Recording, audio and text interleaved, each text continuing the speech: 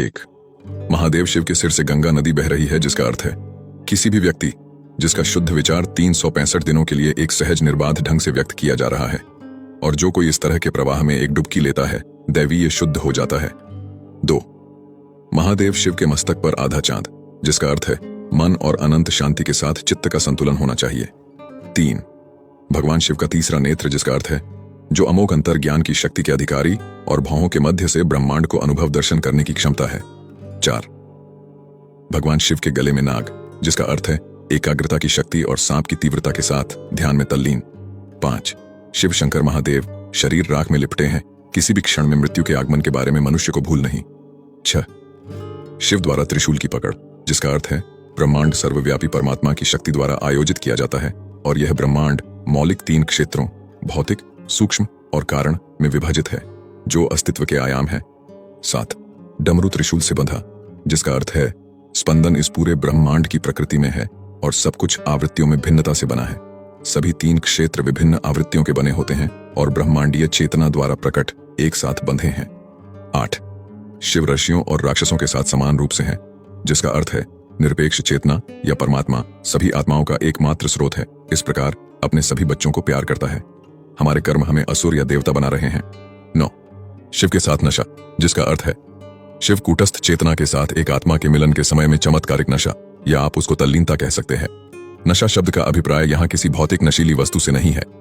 10, कैलाश शिव का वास है, जिसका अर्थ है शांत वातावरण में आध्यात्मिकता का घर है। शिव केवल एक के लिए नहीं है, अपितु सभी के लिए है। 11, पार्वती शिव की पत्नी है। प्रकृति और ब्रह्मांडीय चेतना सदा एक दूसरे से विवाहित हैं, दोनों एक दूसरे से सदा अविभाज्य हैं। प्रकृति और परमात्मा का नृत्य एक साथ, क्योंकि पूर्ण निरंतर चेतना परम सत्य ब्रह्मांडीय चक्र की शुरुआत में द्वंद्व पैदा करते हैं। 12, शिव योगी हैं, वह निराकार सभी रूपों में है। समाविष्ट आत्मा जीव योग के विज्ञान के माध्यम से ब्रह्मांडीय चेतना के साथ एकता को प्राप्त करने के लिए है, योग ही उसका सिद्धांत है। 13, ज्योतिर्लिंग ही शिव का प्रतीक है। लिंग एक संस्कृत शब्द है और इसका अर्थ प्रतीक होता है। ब्रह्मांडीय चेतना भौहों के मध्य में गोलाकार प्रकाश के रूप में प्रकट होती है। यह आत्मबोध या आत्मज्ञान के रूप में कहा जाता है। समाविष्ट आत्मा प्रकृति के द्वंद्व और सापेक्षता की बाधाओं को पार करती है और मुक्ति को प्राप्त होती है। 14, शिवलिंग पर दूध डालना, सर्वशक्तिमान भगवान से प्रार्थना करना, भौहों के मध्य में मेरे अंधकार को दूधिया प्रकाश में बदलना।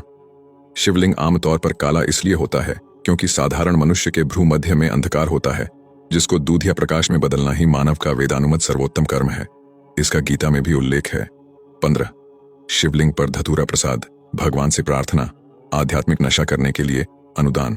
16, शिव महेश्वर हैं, शिव परमेश्वर पार ब्रह्म है, क्योंकि परम चेतना अंतिम वास्तविकता है जो सभी कंपन से परे है। कूटस्थ चैतन्य एक कदम पहले है। 17, नंदी शिव के वाहन के रूप में बैल धर्म का प्रतीक है। इस जानवर में लंबे समय तक के लिए बेचैनी के बिना शांति के साथ स्थिर खड़े रहने की अद्वितीय और महत्वपूर्ण विशेषता है। स्थिरता आध्यात्मिकता का वाहन है। 18, बाघ की छाल का आसन, प्राणिक प्रवाह का भूमि में निर्वहन रोकना आवश्यक। 19, शिवलिंग की नंदी की सींगों के मध्य से दर्शन की प्रथा। नंदी की सींगें भौहों की प्रतीक हैं, जिनके मध्य ज्योति जागृत करने का लक्ष्य साधना।